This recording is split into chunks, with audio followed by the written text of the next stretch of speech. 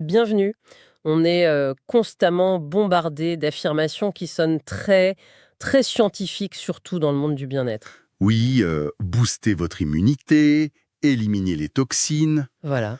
rééquilibrer vos énergies. C'est un vocabulaire qui inspire confiance, mais comment on fait pour savoir ce qui se cache vraiment derrière? C'est une excellente question. Comment on distingue en fait la vraie science de ce qui n'est que de l'habillage marketing? Eh bien justement, c'est précisément le sujet qu'on va creuser aujourd'hui. Et pour nous guider, on va s'appuyer sur des extraits d'un livre, Bad Science, de Ben Goldacre, qui est une analyse assez percutante de tous ces mécanismes. D'accord.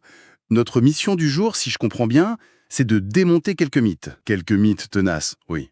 Et surtout, de s'équiper de quelques outils de pensée critique, juste pour y voir un peu plus clair dans cet océan d'informations sur la santé. Parfait. Alors, pour commencer, je propose qu'on s'attaque à un géant. Un concept devenu une véritable industrie. La détox. La détox, évidemment. On ne peut pas y échapper. Et je voudrais qu'on parte d'un exemple très très visuel, les bains de pieds détoxifiants. Ah oui, le grand classique. C'est ça. On plonge les pieds dans une bassine, il y a un petit appareil qui se met à ronronner, et l'eau, au début, elle est claire. Puis elle devient progressivement brune, sale. Pleine de résidus, oui. Et la promesse est spectaculaire, l'appareil viendrait d'aspirer les toxines de notre corps. C'est une image très puissante, hein. On a l'impression de voir la saleté sortir de soi. Mais la réalité, c'est une expérience de chimie de lycée. De lycée. Oui, un phénomène qu'on appelle l'électrolyse. En fait, pas besoin de dépenser 200 euros. On peut avoir le même résultat avec une batterie de voiture, de l'eau salée et 2 gros clous en fer. Attendez, 2 clous. Vous êtes en train de me dire que la couleur marronasse un peu dégoûtante qu'on voit, c'est juste de la rouille? Exactement. Le courant électrique passe dans l'eau qui est salée et ça provoque l'oxydation des électrodes en fer, que ce soit les clous ou les petits composants dans l'appareil commercial.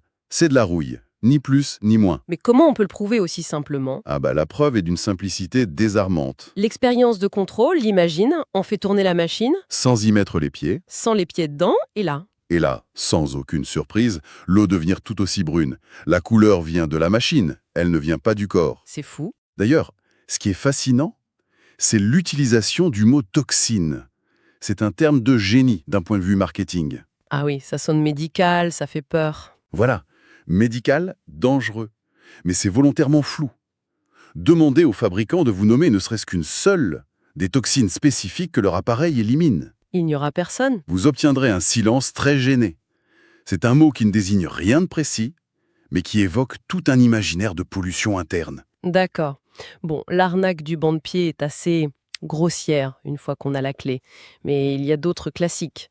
Les bougies d'oreille, par exemple. Les chandelles Hopi. Ah oui, On met un cône de cire dans l'oreille, on allume le bout, et la combustion créerait une sorte d'effet cheminée qui aspirerait le cérumen, les impuretés. Ça paraît quand même un peu plus plausible. le principe, pour le vérifier, reste exactement le même. L'expérience de contrôle. D'accord? Vous prenez 2 bougies. Vous en utilisez une normalement, dans une oreille, et la deuxième, la bougie contrôle, vous ne l'insérez nulle part. Vous la posez juste à la verticale sur une table, tenue par une pince à linge, et vous l'allumez. Ok, et on laisse les deux brûler. On laisse les deux se consumer entièrement, oui. Et donc j'imagine que la bougie contrôle reste toute propre, alors que celle qui était dans mon oreille est remplie de résidus jaunâtres. La preuve de son efficacité, non? Eh bien non, justement, c'est là que tout est révélé. Quand vous ouvrez les 2 bougies après l'expérience, vous trouvez à l'intérieur exactement la même chose. Ah bon? Une substance un peu cireuse, orangée, et ce n'est absolument pas du cérumen. C'est simplement de la cire de la bougie elle-même qui a fondu. C'est juste la bougie qui a fondu sur elle-même. Voilà, elle s'est redéposée à l'intérieur du cône. Une étude a même analysé ce contenu et a confirmé 0 trace de cérumen. Et pire, ces trucs peuvent causer des brûlures assez graves. C'est incroyable. Alors, la question qui vient tout de suite, c'est si ces produits sont si manifestement inefficaces, voire dangereux, pourquoi est-ce que ce concept de détox est si populaire? Ça ne peut pas être juste de la naïveté pure. Non, non, ça touche à quelque chose de beaucoup plus profond.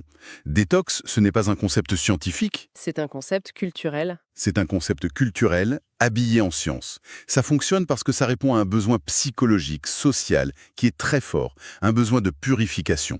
Hmm. Dans nos vies, on s'autorise des excès, la malbouffe, un peu d'alcool, le manque de sommeil. Et la détox, elle se présente comme un rituel de rédemption. C'est une manière de se laver de ses péchés, en quelque sorte. Une sorte de confession laïque. On a fait des écarts, on fait pénitence avec une semaine de jus de carotte. Et on se sent pardonné, purifié. C'est ça. C'est exactement ça. Pensez-y.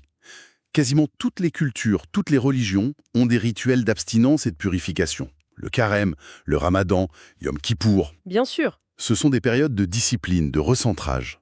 La détox, c'est simplement la version moderne, sécularisée et surtout commercialisée de ces rituels. D'accord, la science derrière est bancale. Mais ça nous amène à une contradiction énorme. Des millions de gens jurent qu'ils se sentent vraiment mieux après une cure détox. Tout à fait. Ils se sentent plus légers, plus énergiques. Ce n'est pas que dans leur tête, si. Qu'est-ce qui explique ce sentiment bien réel d'amélioration? C'est la question clé. Et la réponse se trouve dans deux mécanismes, un psychologique et un statistique, qui sont extrêmement puissants et qu'on confond très souvent avec l'efficacité d'un traitement.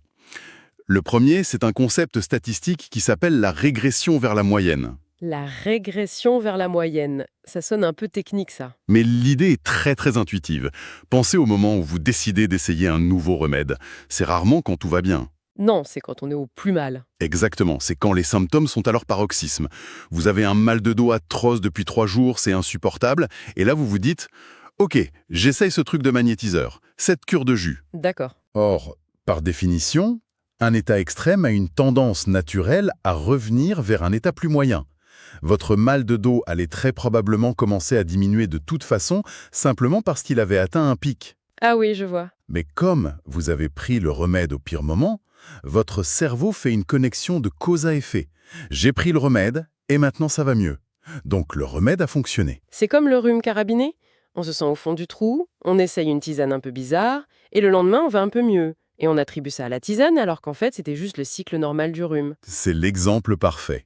Aux États-Unis, ils ont la fameuse malédiction de la couverture de Sport Illustrated. Ah oui. Un athlète fait la couverture, il est au sommet absolu de sa forme.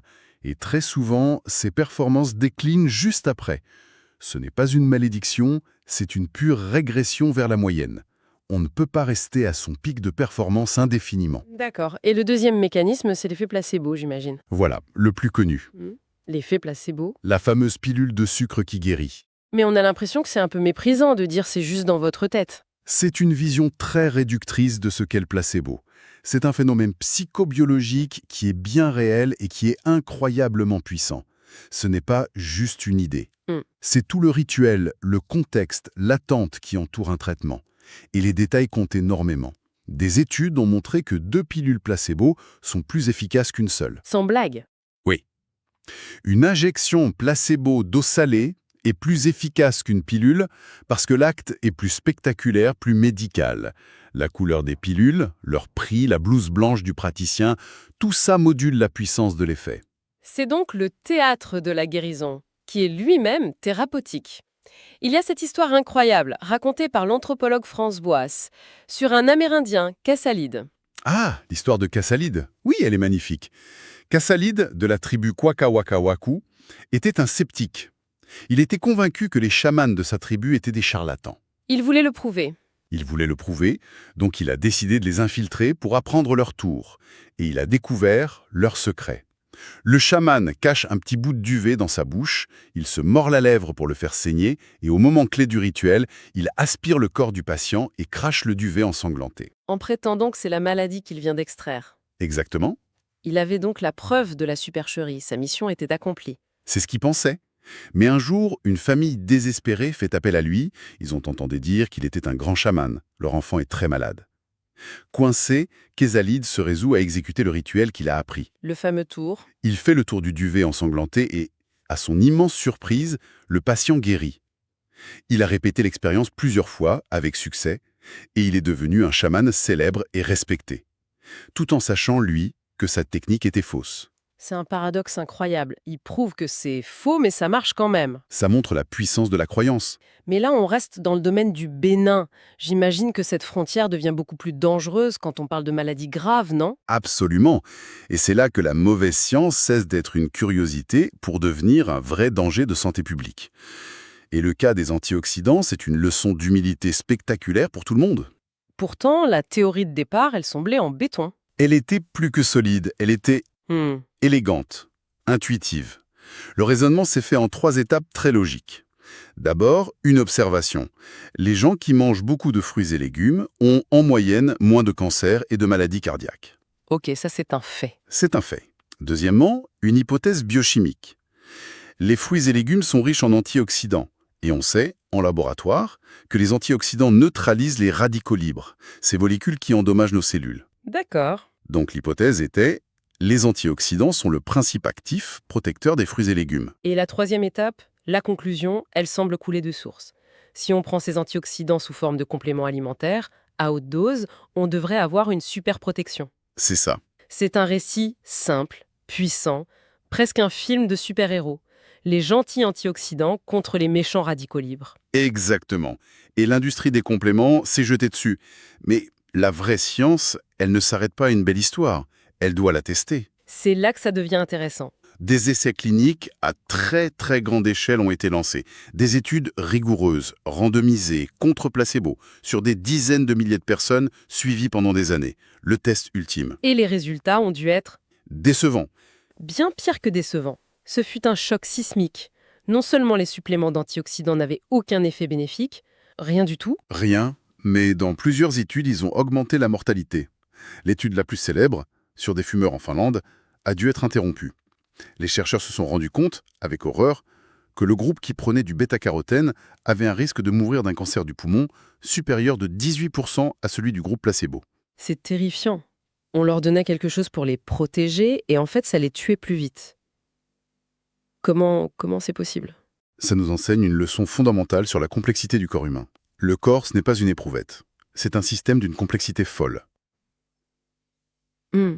Le fait d'isoler une seule substance, le bêta-carotène, et de la donner à des doses massives, ça a complètement perturbé un équilibre délicat. En voulant bien faire, on a peut-être transformé une substance bénéfique en poison. Et le vrai bénéfice des fruits et légumes venait d'ailleurs. Probablement de l'interaction de centaines de composés, ou simplement du fait que les gens qui mangent des légumes ont un mode de vie globalement plus sain. Donc si on résume, on a vu d'abord l'importance capitale de l'expérience de contrôle pour démasquer les supercheries les plus évidentes. Les bains de pied, les bougies, oui. Ensuite, on a vu que même sans efficacité, notre propre esprit peut nous convaincre du contraire via la régression vers la moyenne et l'effet placebo. Et enfin, l'histoire des antioxydants qui nous sert d'avertissement. Le danger de tomber amoureux d'une belle théorie avant d'avoir les preuves. Exactement.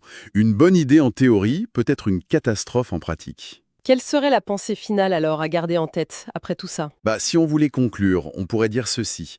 La méthode scientifique, avec ses contrôles, ses placebos, ses grandes études, ce n'est pas seulement un outil pour comprendre le monde.